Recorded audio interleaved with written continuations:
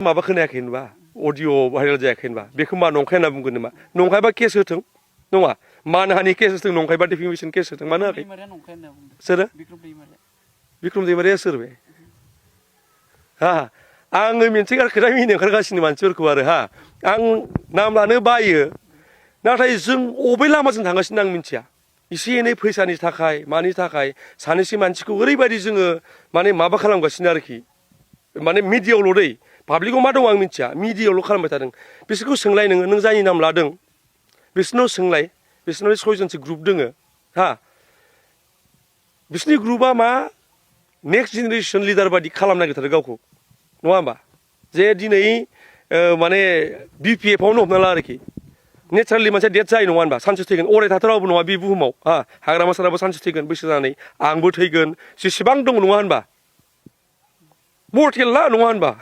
थ' बिसोर मा सानदों नेक्स्ट जेनेरेसन लिडार जों जागोन बायदि खालामबाय थादों नाथाय लिडारनि आखु माबा नुदों नोङो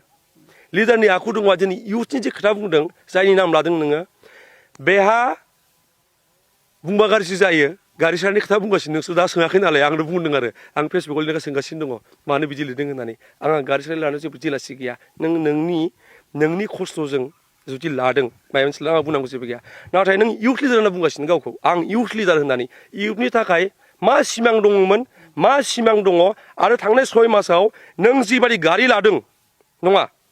इन'भा मायबा गारि लादों थांनाय 6 मासाव नों सोर इउथनि थाखाय मा खालामखो बेखौ सोंनांगोनब्रा मानसिया मिथिबाय बे कुइसन रेज जानांगोन दिनै फैनानै प्रमद बर'आ ओरै इउपिपिला ओरै बेखौ बुंबाय थाबाथ' जायाना नङा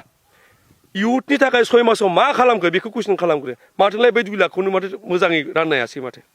बेहायनो माथो खुनु माबा गैया होमबालाय इउथनिलाय मा खालामबावगोन मा इउथ लिडार जाखो बेलाय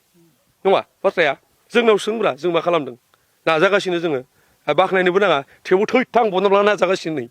बिराद फैसा जायो होनना बुंबाय थायो फैसा जायोनो होनबाय था खामानिखौ मावबाय थादोंना जोङो बिसोरना मा मावदोंमोन दाखालिनि सिगाङाव नङा कुइसना बे आरो बे जानांगौ